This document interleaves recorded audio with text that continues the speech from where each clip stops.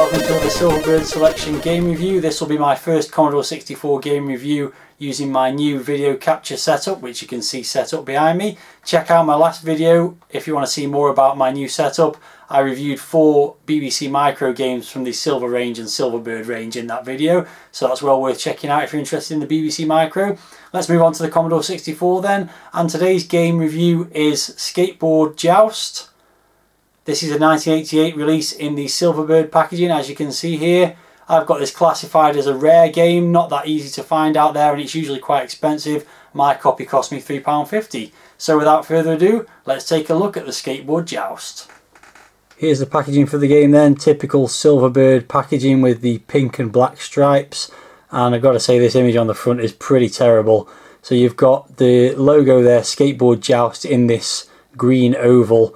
You've got a guy in his leather jacket looking really cool, with his ripped jeans and his turned around baseball cap and his sunglasses. Coolest guy ever, honestly, on this skateboard that just says death on it, and it's got some jets on the side.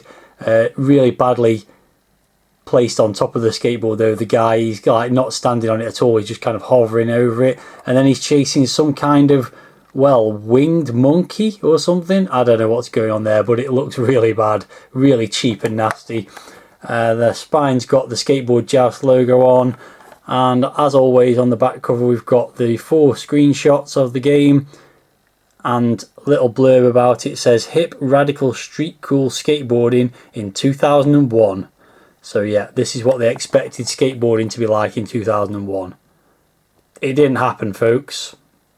So moving to look inside the packaging, and it's the usual stuff, second wave Silverbird range stuff. So you've got the 4 screenshots of all the games, and we've seen all these before. You've got Antiriad and International Speedway on the left, which were 2 games that were released for the Commodore 64. Motocross Mania, again, it's a Commodore 64 game that was never released. And Classic Dogfight, I think it looks like a Spectrum game. That never got released for the Commodore 64 either.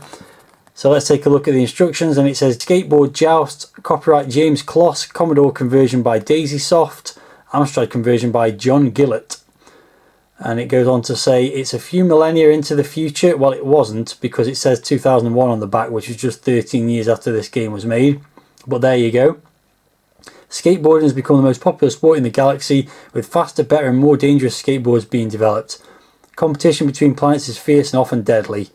To decide the supreme skate champion, the interplanetary skate joust trials were developed. A series of chambers fraught with obstacles, dangers, and many alien skateboarders after your blood. To prove yourself as the hippest and most deadly skate jouster in the galaxy, you must use your skateboarding prowess to dispose of all your opponents in each chamber. You'll then be teleported to the next chamber. This sounds terrible. You've got some loading instructions there. And then gameplay instructions are just as simple as destroy your opponents by jumping off your skateboard and letting it fly into them. You'll return to your board automatically. The number of opponents you have to destroy is shown at the bottom of the screen. So after that elaborate intro, that's all you have to do in the game. There's some coins to be collected for special bonuses, as you can see there, and it's also got some controls, keyboard or joystick. So here you can see the loading screen, and it's pretty typical for these Silverbird releases. A lot of them just have some plain text on a black background. It says now loading with all speed Skateboard Joust, but then there's a weird apology from whoever did the loading program saying, sorry Del, I couldn't get the title page to work with cider load, not cyberload, which is what it actually is, but cider load. So this is a bit strange. I feel like that's slightly unprofessional to actually put that apology on something that then got shipped out to the general public, but there you go, there it is.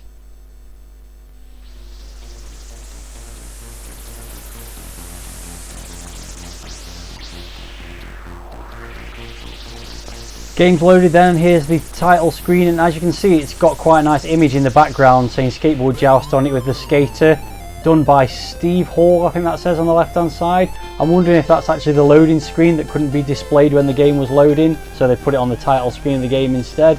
So you can see here it's programmed by Delvin Sorrell, who did a number of games for Telecom Soft, or Firebird as we know them. It's got music and effects by Tonal Teapot. Tuned by Tea and Toast, don't know what that is all about. We've got some keyboard controls. This text very hard to read, by the way, cycling through various colours on that background, it's pretty hard to read. It's got some options there, you can go fast or slow and also have music or sound effects on in game. We'll just leave those options as they are for now. Got some high scores. Bottom score there is 400 points. Top score is 1000. And it finally says the conversions by Daisy Soft and the originals by J. Kloss, which it mentioned in the instructions. So there you go, pretty decent title screen with a few options and high score table and things like that. Not a fan of the text cycling in front of that colourful background, that's quite hard to read, but there you go. Music in the background, not too bad. That's presumably by Tonal Teapot, whoever that is.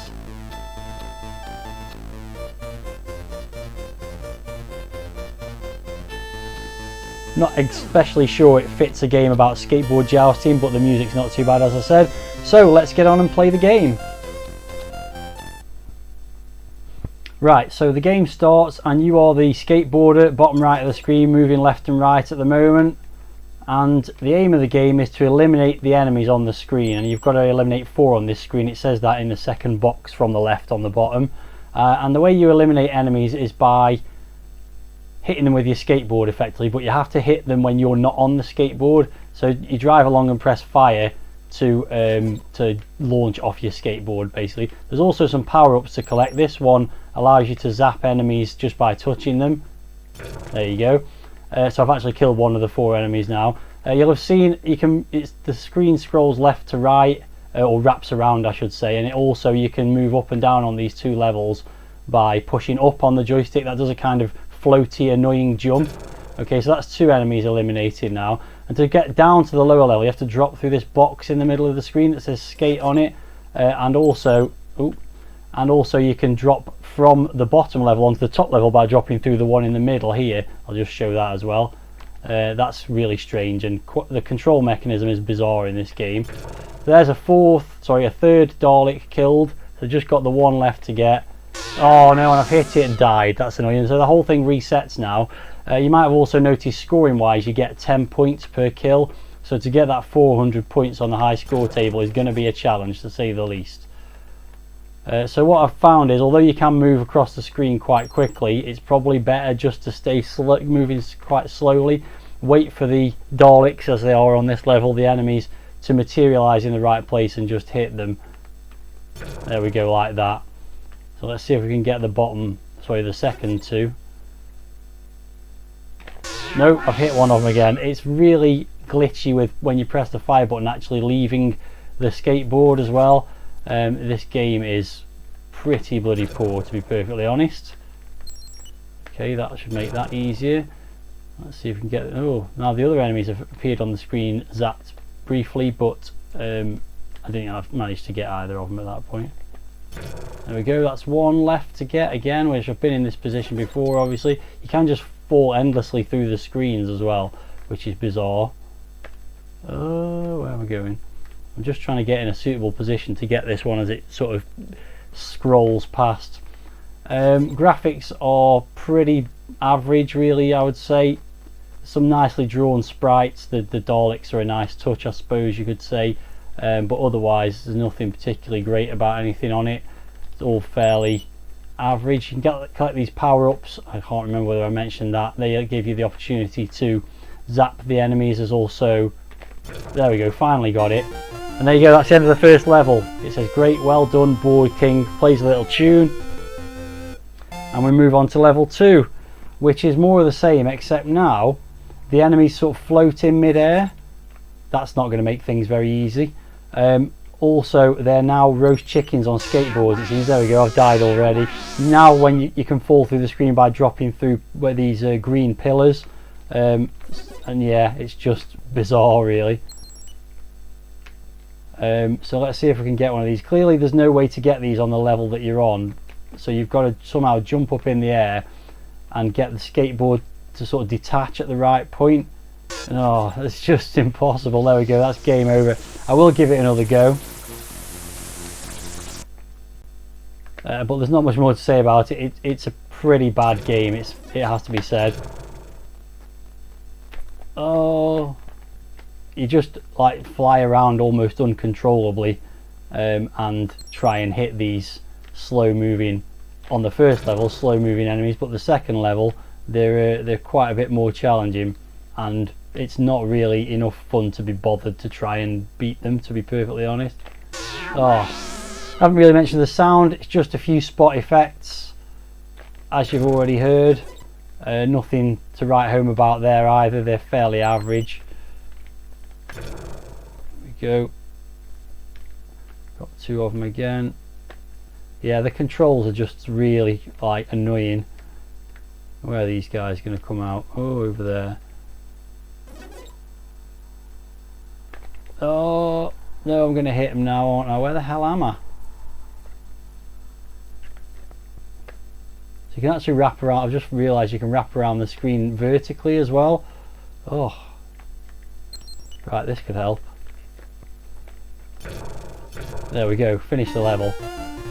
Yeah, I didn't realise the screen wraps around vertically, so you can actually push up and just keep going up as well. I didn't know. I knew you could fall down, but I didn't know you could go up. So let's have another try at getting these guys. Oh, there you go, I got one of them. So the idea is you've got to try and float in mid-air and get these enemies. And actually, maybe I'm doing the controls a bit of a disservice because they're actually quite precise when you try and doing that. Oh, but it's still the problem of actually leaving the skateboard at the right time is quite tricky. There we go, I've hit another flying roast chicken. Oh yeah, it's really hard and not enough fun to really be worth playing. There's actually the basics of what could be quite a fun game here perhaps, but they just didn't do very well. A kill shield, I don't know what that means. Oh, I guess I can just collide with the enemies at the moment. I've got to be careful to note when that runs out though. No, it's run out and I've died again. And there we go, that's game over, and frankly I've had enough of that game. It is poor.